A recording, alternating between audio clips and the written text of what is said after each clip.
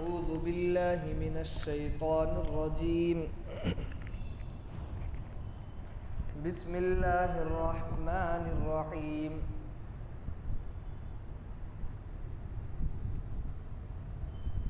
وإذا جاءهم أمر من الأمن أو الخوف أضاعوا به ولو ردوه إلى الرسول وإلى أولي الأمر منهم لعلمه الذين يستنبطونه منهم ولولا فضل الله عليكم ورحمته لاتبعتم الشيطان إلا قليلا فقاتل في سبيل الله لا تكلف إلا نفسك وحرض المؤمنين عسى الله أن يكف بأس الذين كفروا والله أشد بأسا وأشد تنكيلا من يشفع شفاعة حسنة يكن له نصيب منها ومن يشفع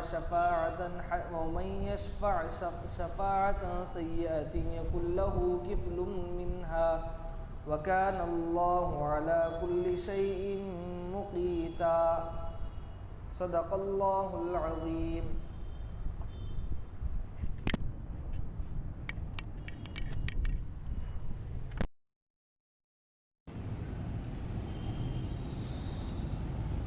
اللهم صل على سيدنا محمد وعلى آل سيدنا محمد وبارك وسلم. اللهم صل على سيدنا محمد وعلى آل سيدنا محمد وبارك وسلم. اللهم صل على سيدنا محمد وعلى آل سيدنا محمد وبارك وسلم. اللہ تبارک و تعالیٰ کا فرمان ہے قرآن عظیم الشان میں، منافقوں کا یہ حال ہے جب ان کے پاس کوئی بات پہنچتی ہے نا، جنگ کے حالات میں امن کی کوئی بات یا خوف کی کوئی بات، تو اسے وہ پھیلا دیتے ہیں. اگر وہ یوں کہتے اللہ اور اللہ کے رسول بہتر جانتے تو ان کے لیے یہ بہت بہتر ہوگا. بعض مرتبہ مصلحت کچھ اور ہوتی ہے، بات سنتے ہی پھیلا دینا یہ اس کے خلاف ہے. ہر بات لوگوں کو بعض مرتبہ ایک دیوانگی سی ہوتی، واٹس ایپ میں کوئی میسیج آیا تو اسے فوراً فارورڈ کر دیتے ہیں بلا تحقیق کے. خبر صحیح ہے غلط ہے، بات سچ ہے یا جھوٹ، اس کی انہیں کوئی پرواہ نہیں ہوتی. حدیث پاک میں رسول اللہ صلی اللہ علیہ وسلم فرماتے ہیں ہر سنی ہوئی بات کو آگے سنانے والا وہ کبھی بھی مقتدا ہو ہی نہیں سکتا، بڑا بن نہیں سکتا. گھر کا بڑا یا پھر شوہر ہے، بیوی کا بڑا، کسی نہ کسی کا مرد بڑا ہی ہوتا ہے. کوئی مرد ایسا نہیں ہوتا کہ وہ کسی کا بڑا نہ ہو. دنیا میں جو بھی مرد ہے وہ بڑا ہی ہے، یا وہ کسی کی ماں ہے، کسی کی آپا ہے، کسی کی کچھ اور ہے. بعض مرتبہ عورتیں بھی بڑی ہوتی. تو جو بڑا بننا چاہتا ہے اس کے لیے پہلا اصول ہر سنی ہوئی بات کو آگے نہ سنائے، بلکہ جو بات سنتا ہے نا تو پہلے خاموش رہنے کی عادت ڈالے. حدیث پاک میں ہے رسول اللہ صلی اللہ علیہ وسلم فرماتے من صمت نجا، جو خاموش ہو گیا اس نے نجات پا لی. خاموشی اپنے اندر ہزاروں فوائد لیے ہوئے. آیت کریمہ میں اللہ تبارک و تعالیٰ ارشاد فرماتے ہیں جو بات کی پرکھ رکھنے والے ہیں وہ تو تحقیق کر کے معلوم کر لیتے ہیں یہ بات سچ ہے غلط ہے. اگر اللہ کی رحمت ان پہ نہ ہو نا تو سب کے سب شیطان کے پیچھے چل پڑتے. ایک صحابی رضی اللہ عنہ اللہ کے رسول صلی اللہ علیہ وسلم کے نائب بن کر زکوٰۃ وصول کرنے کے لیے ایک گاؤں کو پہنچے. اس زمانے میں زکوٰۃ وصول کرنے والے کو محصل تحصیلدار بھی کہا جاتا تھا. جب یہ پہنچے نا زکوٰۃ وصول کرنے کے لیے تو گاؤں والے اللہ کے رسول صلی اللہ علیہ وسلم کے جانب سے کوئی محصل آ رہے ہیں، کوئی ٹیکس کو وصول کرنے آ رہے ہیں، اب ہماری ذمہ داری ہے، نائب ہیں وہ، قاصد ہیں وہ اللہ کے نبی کے صلی اللہ علیہ وسلم، اب ہم ان کی جتنی بھی قدر کریں کم ہے، ہم ان کا ادب کریں گے، ہم ان کا احترام کریں گے، یہ سوچ کر بڑے پیمانے میں، بڑے مقدار میں گاؤں والے ان کے استقبال کے لیے ماہر آئے۔ اب وہ جو صحابی تھے نا، ان سے ان گاؤں والوں کی ایک بات میں دیرینہ دشمنی تھی، پرانی دشمنی، پات پگلو کچھلو پرتیکارالو تیلگو والے کو۔ اب وہ یہ سمجھے اتنے بڑے پیمانے پہ لوگ آ رہی ہیں، اتنی بڑی جماعت میرے پاس آ رہی ہے، کیا ہے یہ ارادہ ان کا؟ شاید یہ مجھے قتل کرنے کے لیے آنا چاہے۔ وہ پرانے زمانے میں وہ ہوتا ہی تھا۔ اللہ کے رسول صلی اللہ علیہ وسلم کے قاصد موقع بموقع کبھی دعوت کے کام کے لیے، کبھی زکوٰۃ کی وصولی کے لیے، تو کبھی ٹیکس کی وصولی کے لیے ادھر ادھر جاتے ہی تھے۔ بات سمجھنے کی ہے۔ ایک صحابی رضی اللہ عنہ مکے میں ایک جگہ گئے اللہ کے نبی صلی اللہ علیہ وسلم کے حکم سے، دشمنوں نے موقع پایا، فوراً ان کو چھرا پھونک دیا، ان کی جان ہی چلی گئی۔ شاید ہم اور آپ ہوتے تو یہ سوچتے ارے میری جان جا رہی نہیں، کتنا بڑا نقصان ہو گیا میرا، لیکن ان کی سوچ دیکھو، جیسے ہی چھرا پھونکا گیا ان کو بات سمجھ آ گئی، اب میں شہید ہونے والا ہوں، تو زور سے چیخے اللہ اکبر فزت ورب الکعبہ، اللہ اکبر فزت ورب الکعبہ، قسم خدا کی میں کامیاب ہو گیا، رب کعبہ کی قسم میں تو کامیاب ہو گیا۔ جان جا رہی ہے، سب سے بڑا نقصان دنیا میں جان کا جانا ہے، اور وہ کہہ رہے ہیں میں تو کامیاب ہوگا، میں تو کامیاب ہو گیا۔ ہماری عقل کی بات سمجھ میں آتی ہی نہیں۔ شہید کا مقام یہ ہے، اس کے خون کا پہلا قطرہ زمین پر گرنے سے پہلے اللہ اس کو مغفرت عطا فرما دیتے ہیں، اور شہداء جنت میں زندہ ہیں، پرندوں کی شکل میں ادھر ادھر ہوا میں تیر رہے ہوتے ہیں، خاص رزق اللہ کی جانب سے انہیں عطا ہوتا ہے۔ تو قاصد اور پیغامبر جو بھی کام کے لیے اللہ کے رسول صلی اللہ علیہ وسلم کی طرف سے بھیجے جاتے ہیں، ان کے ساتھ ایسے ویسے واقعات بھی پیش آتے تھے، پھر اس پر کارروائی بھی ہوتی تھی۔ اللہ کے رسول صلی اللہ علیہ وسلم باقاعدہ ان کے قاصد پر جنہوں نے حملہ کیا ان کی گرفت فرماتے تھے، ان کے خلاف فوجی کارروائی بھی ہوتی تھی، ایسے حالات تھے۔ اب یہ صحابی جو باہر سے آ رہے ہیں گاؤں کو، انہوں نے دیکھا کہ گاؤں والوں کی ایک بڑی جماعت ان کے استقبال کے لیے آ رہی ہے، تو سوچ کر پریشان ہو گئے، کیا ہے ان کا ارادہ؟ کئی کو آ رہی 13 آدمیاں، کیا انہوں مجھے مارنا چاہتے ہیں؟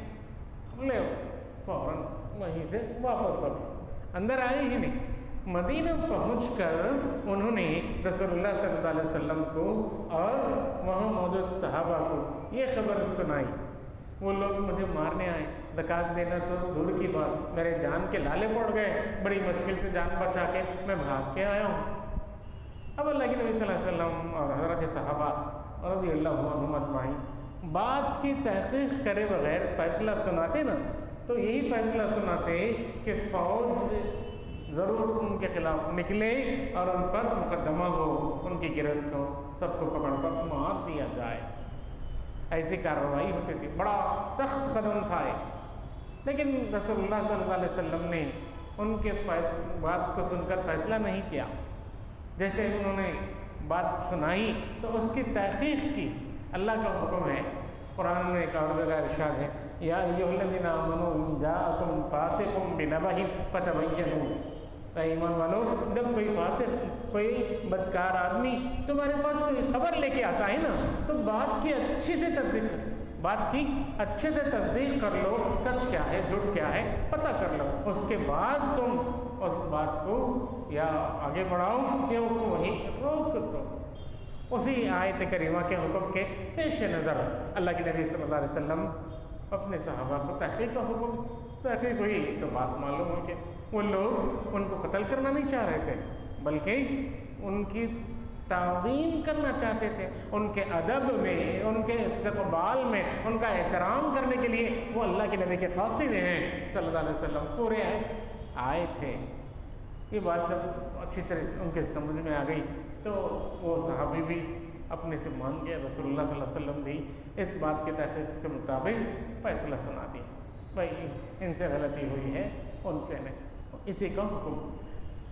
ہر بات میں آج سوشل میڈیا پلیٹ فارم پر واٹس ایپ ہو، فیس بک ہو یا پھر ایکس جو بھی ہو، جو بھی ویب سائٹس ہیں جن کے ذریعے سے ادھر ادھر میسیجز وغیرہ، چاہے photos, audios, text message, video messages forward کیے جاتے ہیں، ان سب کو اس بات کی اچھے سے تصدیق کر لینی ہے، میں جو میسیج فارورڈ کر رہا ہوں وہ سچ ہے یا جھوٹ۔ اگر اطمینان ہو سچ ہے تو ہی وہ فارورڈ کریں، ورنہ نہیں۔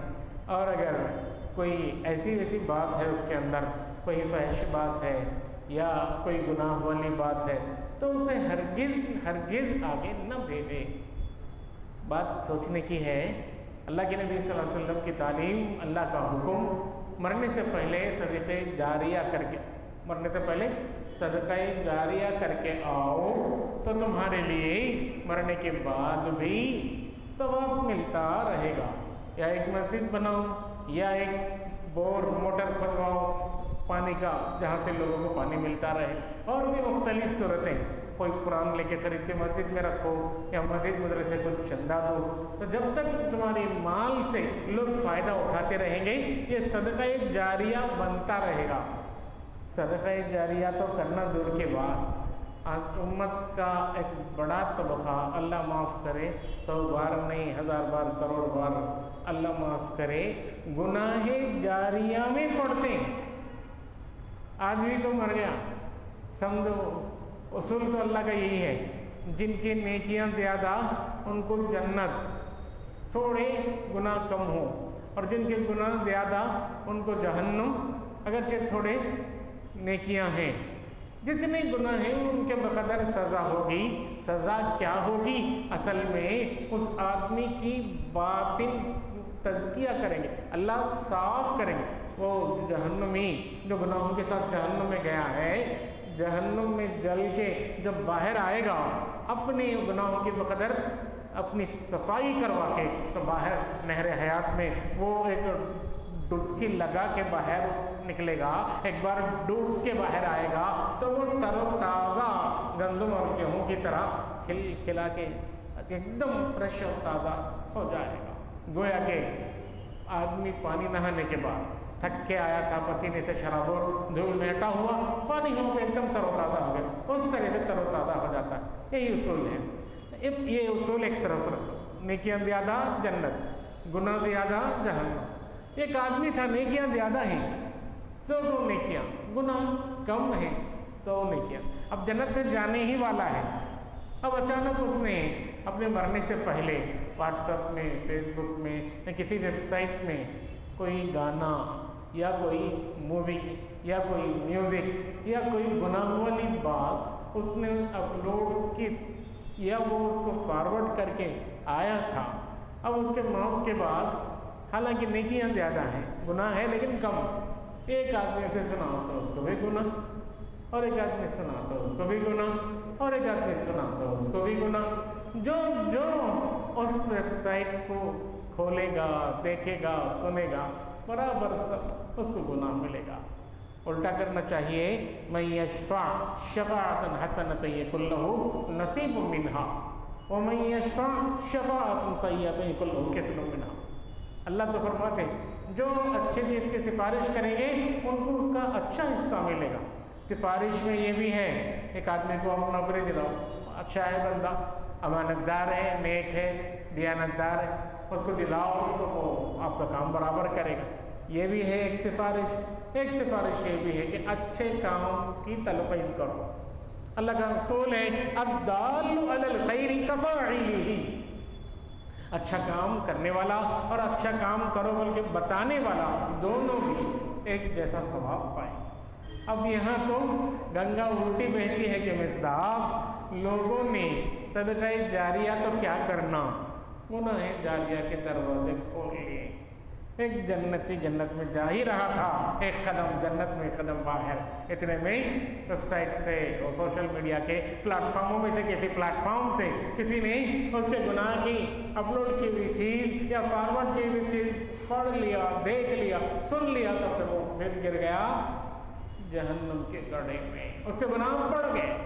بزرگان محترم، بڑا نازک مسئلہ ہے۔ اللہ تبارک و تعالیٰ ہمیں جن باتوں کا حکم کر رہے ہیں ہمیں ان پر عمل کرنا ہے تاکہ ہم آخرت میں بھلائی کو پانے والے بنیں، آخرت میں ہمارا انجام خیر ہو، جنتی بنے، دوزخ سے ہماری پوری طرح حفاظت ہو۔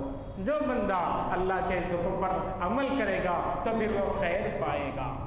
بات کو پھیلانے سے پہلے اچھے سے تحقیق کر لو، سچ ہے یا غلط۔ اگر گناہ والی بات ہے اس کے اندر تو اس کو اسے آگے بھیجو ہی نہیں، اپنے فون سے بھی اسے فوراً ڈیلیٹ کر دو، اور اگر اس میں کوئی خیر ہے، بتانے میں لوگوں کا فائدہ ہے، تو پھر اسے آگے بتاؤ۔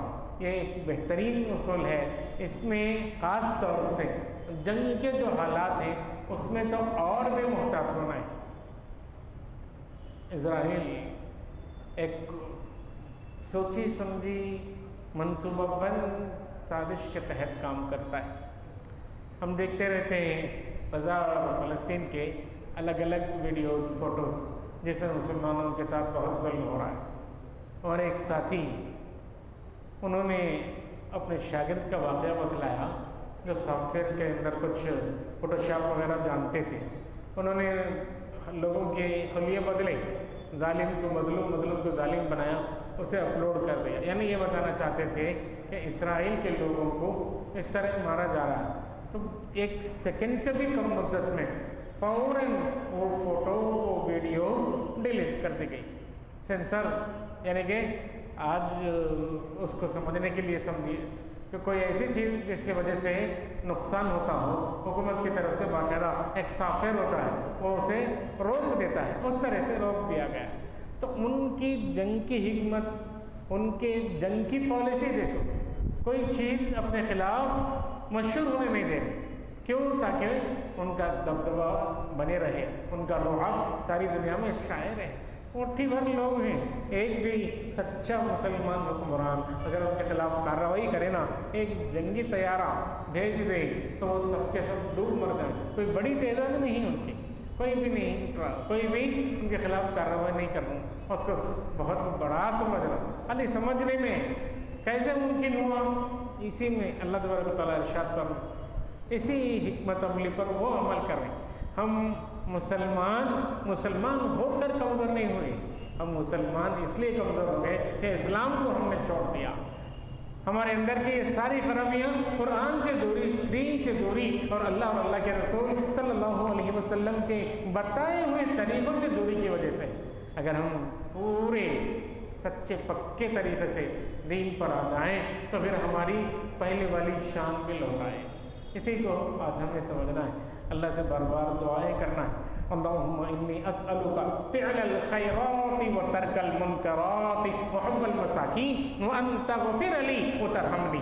اللہ جی، میں آپ سے دعائیں مانگتا ہوں، نیکی کا حکم مجھے بار بار ہوتا ہے، میں کر نہیں سکتا۔ آپ کا فرمان ہے لا حول ولا قوت الا باللہ، نیکی کرنے کی توفیق اللہ ہی سے ہوتی ہے، گناہ سے بچنے کی توفیق اللہ ہی سے ہوتی ہے۔ اے اللہ مجھے نیک کام کی توفیق عطا فرما، گناہ سے بچنے کی توفیق عطا فرما۔ میں آپ سے اے اللہ دعا مانگتا ہوں، مجھے بھلائی کے کام کرنے کی توفیق ہو، برائیوں سے بچنے کی توفیق ہو۔ یہ ہم اللہ سے دعائیں مانگیں گے، اللہ ہماری دعائیں قبول کریں گے اور ہمیں دین پر چلنے کی توفیق عطا فرمائیں۔ اللہ سے دعا ہے اللہ ہم سب کو کہنے سننے سے زیادہ عمل کرنے کی توفیق عطا فرمائیں، آمین یا رب العالمین۔